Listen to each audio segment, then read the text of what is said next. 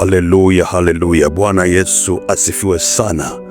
Popote ambapo unanifuatilia, na ikiwa ni mara yako ya kwanza kufuatilia channel hii, na nataka uendelee kufuatilia kwa kusubscribe kwenye channel, kwa sababu nakuletea vipindi ambavyo vitageuza historia ya maisha yako na kufungua maisha yako kwa namna isiyokuwa ya kawaida. Kwa wale ambao mnafuatilia vipindi katika channel hii, bila shaka mko na shuhuda za kutosha kabisa, hasa katika mfululizo wa maombi ambayo ninakuletea, na ufafanuzi wa ndani kabisa ambao wakiufunuo na ukuletea ili kugeuza historia ya maisha yako katika eneo la maombi, kwa sababu maombi yanakupa kutatua suluhisho ya mambo ambayo hata wakati mwingine haujui nini kilitokea. Haleluya. Bwana Yesu alisema ya kwamba kuna mambo mengine hayawezi kutoka ila kwa kufunga na kuomba. Kuna mambo hayawezi kutoka ila kwa kufunga na kuomba. Akasema ya aina hii haiwezi kuondoka ila kwa kufunga na kuomba, akiwa na maanisha ya kwamba kuna aina fulani ya matatizo kwenye maisha yako hayawezi kuondolewa kwa bidii zako, hayawezi kuondolewa kwa kufanya kazi vizuri, kwa kuwa na connection nzuri za watu, hayawezi kuondolewa kwa fedha ama kwa utajiri ulio nao, bali kuna aina fulani ya matatizo kwenye maisha yako yanaondolewa tu kwa kuomba na kwa kufunga. Haleluya, haleluya. Narudia tena kusema hiyo ni kwa mjibu wa Bwana Yesu mwenyewe. Kuna aina fulani ya matatizo unayopitia kwenye maisha yako hayawezi kuondoka isipokuwa kwa kufunga na kuomba. Hiyo ni kitabu cha Mathayo sura 17 mstari wa 21. Mathayo sura 17 mstari wa 21. Haleluya. Anasema lakini namna hii haitoki ila kwa kusali na kufunga. Kwa hiyo nimekuwa ninakuletea ufunuo wa kimaombi, na hasa maombi ya deliverance kwenye channel, mafundisho ya kiufunuo ya kuleta kwenye kufunguliwa kwako kutoka kwenye vifungo mbalimbali ambavyo vinatesa maisha yako. Nataka uzingatie kauli ya Bwana Yesu ya kwamba lazima ujifunze kuomba, lazima ujifunze kufunga na kuomba, lazima ujifunze ni jinsi gani unaomba katika changamoto gani unayopitia, kwa sababu kuna matatizo. Wewe unanisikiliza, kuna matatizo unapitia, sio matatizo ya kawaida. Kuna changamoto unapitia, sio changamoto za kawaida. Kuna magumu unapitia, sio magumu ya kawaida hata kidogo. Ni magumu, ni changamoto ambazo zinaweza kutatuliwa tu kwa kufunga na kwa kuomba. Haleluya, haleluya. Nataka uzingatie hilo jambo, usiokafikiri bidii yako itakusaidia kwa kila jambo, au connection zako ulizo nazo itakusaidia kwa kila jambo. Kwa hiyo zingatia na ufuatilie vipindi hivi ambavyo hakika vinafungua maisha ya wengi. Watu wengi hawajui jinsi ya kujiombea wenyewe, watu wengi hawajui jinsi ya kuomba kuhusu maisha yao, na wengi wanatamani kuomba, hawajui ombe namna gani. Nisikilize, nimekuletea vipindi hivi mfululizo kukusaidia wewe kujua jinsi ya kujiombea, kujua jinsi ya kuombea maisha yako, jinsi ya kuomba upate kufunguliwa. Na pale ambapo unashindwa kabisa, watumishi wa Mungu tupo kukusaidia. Haleluya. Pale ambapo unashindwa kabisa, ndipo unaweza kupiga simu kwa mawasiliano ambao nakupa ili uweze kupata msaada zaidi. Lakini nataka nikuhakikishia kwamba vipindi hivi vimejaa nguvu ya Mungu. Haleluya. Kuna mambo hayataondoka kwenye maisha yako isipokuwa kwa kufunga na kuomba. Kwa hiyo usipuuze maombi, usipuuze mtu anayekufundisha kuomba, usipuuze mtu anayekufunulia siri za kuomba. Usipuuze mtu anayekufunulia vyanzo vya matatizo yako na kupa suluhu ya nini cha kufanya. Katika mfululizo wa masomo haya ambayo yanakuja na maombi nyuma yake, ninakuletea maombi ya kushughulikia vyanzo vya matatizo. Kwa nitakuwa na series za kushughulikia vyanzo vya matatizo. Watu wengi mko na changamoto, mko na matatizo, mko na magumu ambayo yanaenda kwenye maisha yenu.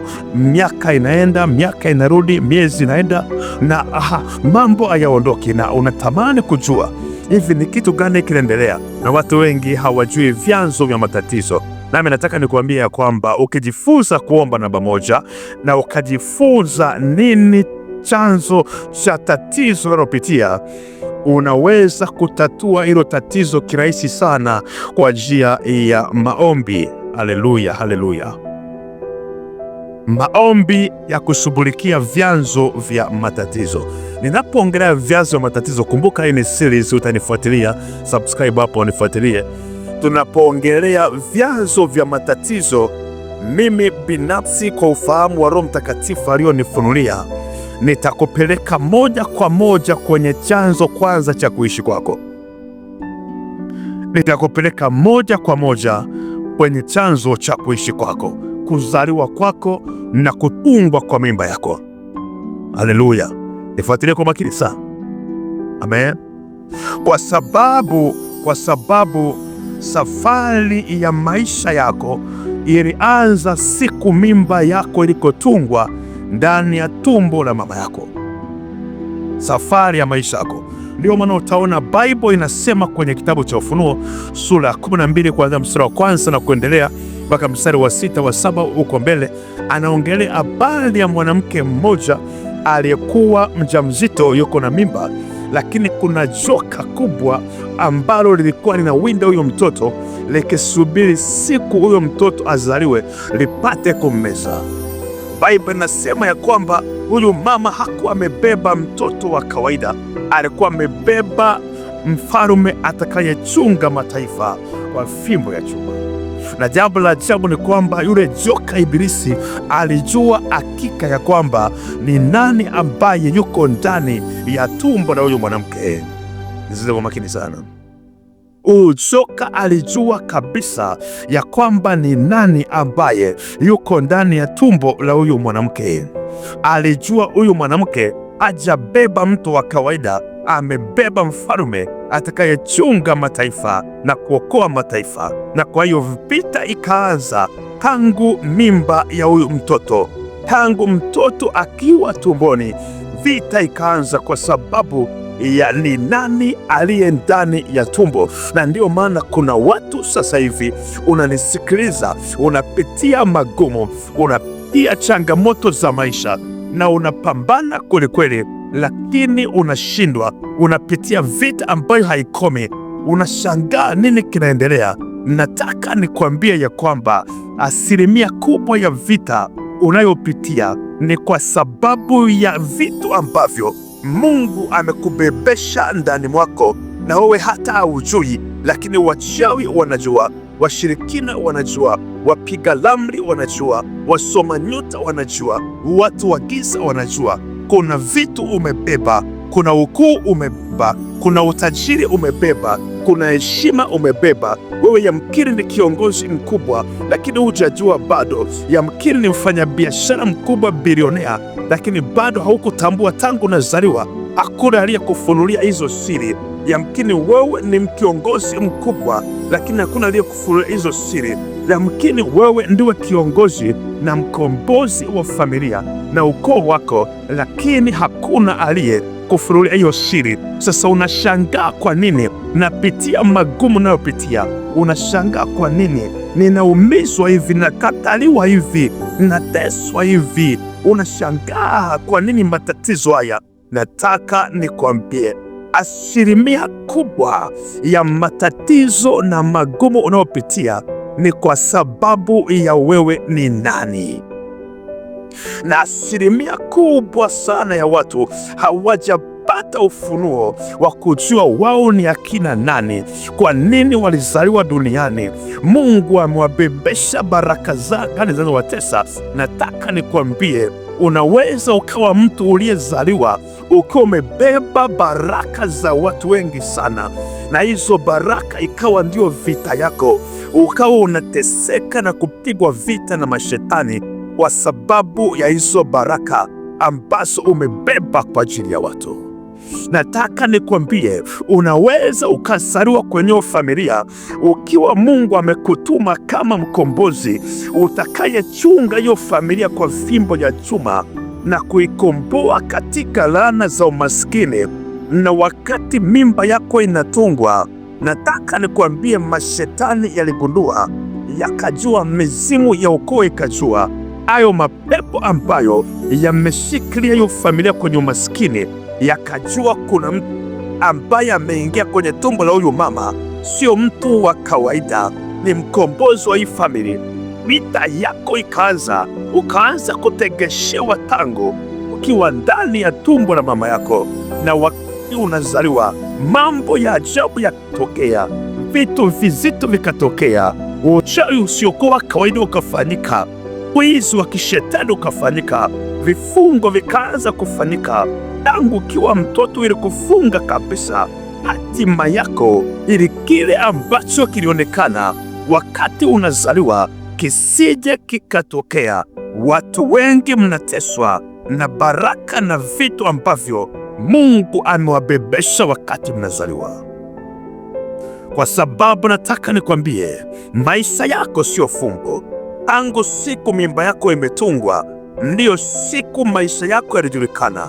Utaona kwenye Biblia watu wengi wenye makusudi ya Mungu duniani, watu wengi Mungu kabla hata mimba zao hazijatungwa, Mungu alitoa taarifa, kuna mtoto anakuja ndani ya tumbo lako. Makalabarabojaya. Utaona kwa habari ya Samsoni, utaona kwa habari ya Yohana, utaona kwa habari ya Yesu mwenyewe, utaona kwa habari ya watu wengi kwenye Bible. Kasome Biblia yako, utaona ya matukio mbalimbali, utaona kabisa malaika, utaona hata kwa habari ya kina Rebeka, kwa habari ya Yakobo na Esau, utaona kabisa habari ya Isaka mwenyewe kabla hajazaliwa. Mungu anatoa ahadi, kuna mtoto ataingia ndani ya tumbo la Sara, na huyu atakuwa ni mtu wa ahadi. Kupitia yeye mataifa yatabarikiwa. Nataka nikuambia ya kwamba kuna watu kabla hata hujazaliwa unajulikana.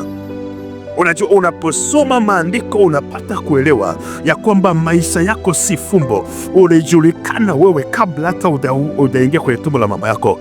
Maisha yako alijulikana, Mungu alikujua. Mungu alimwambia Yeremia sura ya 1 mstari wa 5, anasema kabla hujazaliwa nalikujua, na kabla hujaingia ndani ya tumbo la mama yako mimi nalikutakasa, nalikutenga na kukufanya uwe nabii wa mataifa. Ndio utaona taarifa zinaenda. Mariamu anaambiwa mtoto anayekuja ni nani. Rebeka anaambiwa mtoto anayekuja ni akina nani. Samsoni mama yake anaambiwa mtoto anayekuja ni nani.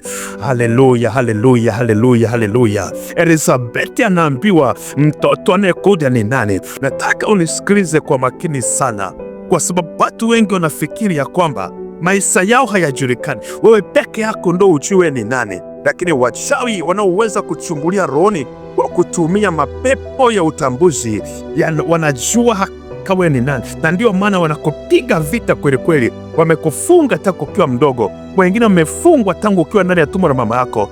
Vita ilifanyika, mama yako amelishwa vitu, amelishwa madawa. Wengine mmezaliwa mmepelekwa kwenye madhabahu za mashetani na mizimu, mmeketishwa. Wengine mmefungwa mailizi, wengine mmelishwa vitu, kufisha ulichokibeba, kufisha huduma uliobeba, kufisha utajiri uliobeba, kufisha kuu uliobeba, kufisha heshima uliokuja nayo, kufisha hizo baraka.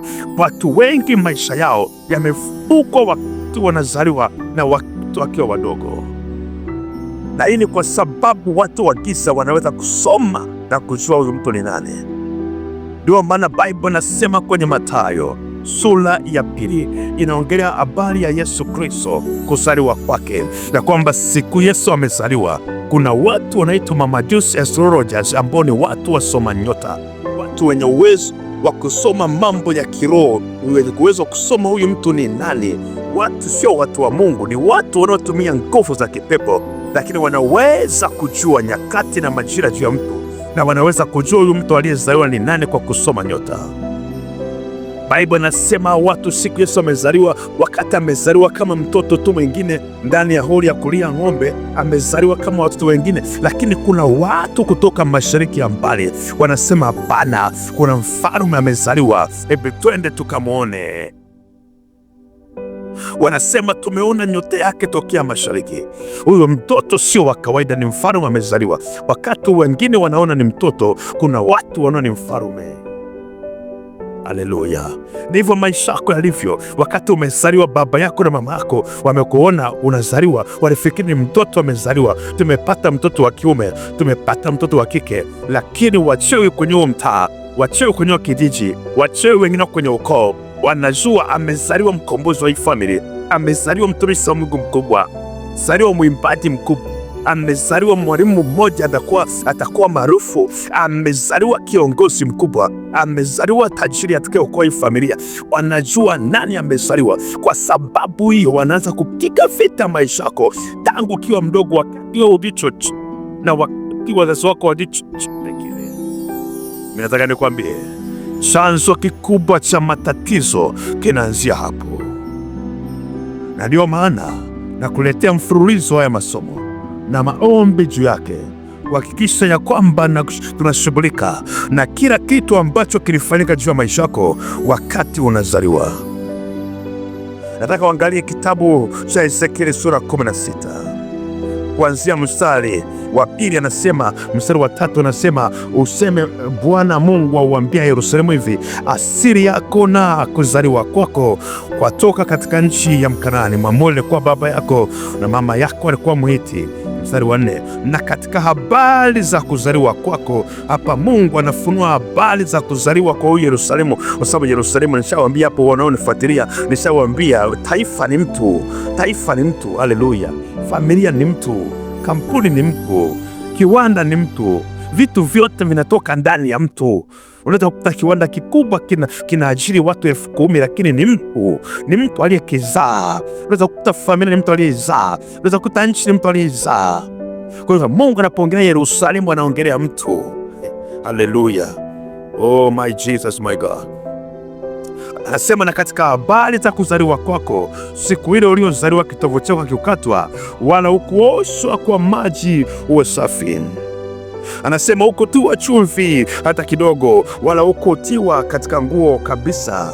Hapana jicho lililokuhurumia ili kukutendea lolote la mambo hayo, wa kukuhurumia, lakini ulitupwa nje uwandani, kwa kuwa nafsi yako ilichukiwa katika siku ile uliozaliwa. Mambo ya ajabu sana. Anasema nafsi ulichukiwa tangu siku ile uliozaliwa. Nini maana yake? Kuna vitu vya ajabu vilifanywa juu yako tangu siku ulipozaliwa. Kuna vitu vya ovyo watu walikufanyia. Kuna uchawi walikufanyia, kuna ushirikina walikufanyia, kuna vifungo walikufunga siku uliozaliwa, ili wakudhoofishe usije ukawa mtu Mungu ametaka uwe, ukafanikiwa kama ulivyozaliwa kufanikiwa. Anasema ulichukiwa siku ulipozaliwa. Na huyu ni Mungu anaongea. Anasema matatizo yote unayopitia, magumu unayopitia, ni kwa sababu ya siku uliozaliwa. Kuna mambo yalifanyika, ulichukiwa. Oh my Jesus, my Lord. Natamani mtu mmoja nielewe, na unaponisikiliza sasa hivi, nataka nikuongoze maombi, kwa sababu kesho nitaendelea tena. Subscribe tu hapo na ubonyeze alama ya kengele, kwa sababu kesho nakuletea series ya maombi ya kushughulikia vyanzo vya matatizo, na watu waaminifu watakaoomba kwa kumaanisha kabisa. Utashangaa kile Mungu anafanya kwenye maisha yako. Oh my God, rapuja ladi kavleri hai lenrivrohodi bajada kata rapadushkeri prohoda. Thank you Jesus, thank you Lord. Hallelujah. Je, uko tayari kufunguliwa? Je, uko tayari kuwa huru? Je, uko tayari kufunguliwa kwenye matatizo yanayokuandama ambayo hujui hata vyanzo vyake? Thank you Jesus. Huu ni wakati wako katika jina la Yesu aliye hai. Fuatana nami maombi haya kwa imani kabisa, na utaona ushindi mkubwa kwenye maisha yako, kwa sababu maombi haya yamevuviwa nguvu ya Roho Mtakatifu. Ombi la kwanza: roho yoyote ya uchawi iliyorushwa kwenye maisha yangu wakati nazaliwa au nikiwa mdogo, ili kupindisha hatima yangu na kuua baraka za maisha nilizozaliwa nazo, ninaachilia moto wa Roho Mtakatifu na kuteketeza wa uchawi. Ninaamuru uwarudie walioutuma katika jina la Yesu. Ombi la pili: kitu chochote cha kichawi nilichowahi kulishwa au kunyweshwa na mchawi yeyote kutokea kijijini nilikozaliwa au kutokea ndani ya ukoo nilikozaliwa, ili kufunga kabisa maisha yangu, leo naachilia moto wa Roho Mtakatifu na kuamuru hivyo vitu vya kichawi ndani yangu viteketee na kuwarudia katika jina la Yesu. Ombi la tatu: kitu chochote cha kichawi walichowahi kunilisha au kunivarisha kwenye mwili wangu nikiwa mdogo, ili kufunga maisha yangu na kuyashikilia hata kama hicho kitu hakionekani, ninaachilia moto wa Roho Mtakatifu na kuteketeza hicho kitu kiwarudie katika jina la Yesu. Ombi la nne: mavazi yoyote ya kichawi niliyowahi kuvalishwa kwenye ulimwengu wa roho na watu wanaonijua huko nilikozaliwa, ikiwa ni majirani wachawi au ndugu wachawi, leo naachilia moto wa Roho Mtakatifu na kuamuru mavazi yao yateketee kwa moto na nayavua kwa jina la Yesu.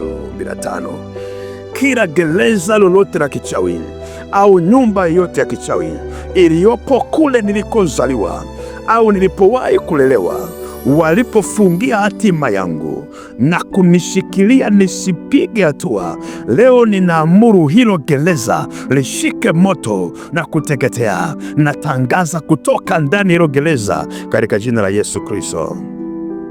Ombi la sita: yeyote aliyewahi kwenda kwa waganga au wachawi ili kupiga ramli kinyume na maisha yangu, leo ninaamuru chochote alichonifanyia kiteketee na kumrudia yeye na kumpata kwa jina la Yesu aliye hai. Ombi la saba: kila manuizo yoyote au maneno yoyote ya kichawi ambayo mtu yeyote anayemjua aliachilia akiwa ndugu yangu kwenye ukoo au jirani yangu nilikozaliwa, ili kunifunga na kunilaani nilipokuwa mdogo au wakati nazaliwa, nisiende popote maishani, leo naachilia moto wa Roho Mtakatifu, ninageuza hayo manuizo yake yamrudie yeye na kumpata katika jina la Yesu aliye hai. Haleluya! Haya ni maombi yamejaa nguvu ya Mungu. Kwa yaombe haya maombi kwa msisitizo kabisa, ukikaa kwenye ombi moja baada ya nyingine, na utaona ushindi mkubwa. Mungu akubariki sana. Ni Apostle Nelson Kalekezi. Mungu akubariki sana. Lakini pia unaweza kuwasiliana nami kwa namba zifuatazo, lakini kwa namba hizo unaweza ukaachilia sadaka. Watu wa imani wanafanya hivyo kwa ajili ya sadaka kujiunganisha na maombi haya, na utaona ushindi mkubwa. 0695411742 hiyo ni Airtel, lakini 0654575999 hiyo ni Tigo Pesa au Yasi, lakini pia 0761406475 hiyo ni M-Pesa au ni Vodacom. Kwa hiyo unaweza ukanitafuta kwa namba hiyo kwa ajili ya kufunguliwa zaidi, kuombewa zaidi ikiwa unahitaji msaada wa kimungu. Lakini pia unaweza ukapiga hizo namba au kutuma ujumbe kwa WhatsApp kwa namba ya kwanza Airtel, ili kuunganishwa kwenye magrupu yangu ya WhatsApp kwa ajili ya maombi ya kufunguliwa hasa ya usiku wa manane, kwa mtu ambaye yuko serious kabisa kwa ajili ya maombi ya usiku wa manane ya kufunguliwa upate kuwa huru. Lakini pia unaweza ukapata vitabu vyangu ambavyo vitafungua maisha yako, hasa kitabu cha Njia ya Roho Mtakatifu na Kazi Zake, ambacho kitakuweka huru na kukupa nguvu ya kushinda nguvu za giza. Utatembea na nguvu ya Roho Mtakatifu. Pata kitabu hicho, pia kitakusaidia sana. Mungu akubariki sana. Nikutakia wakati mwema. Tukutane tena kesho na shalom.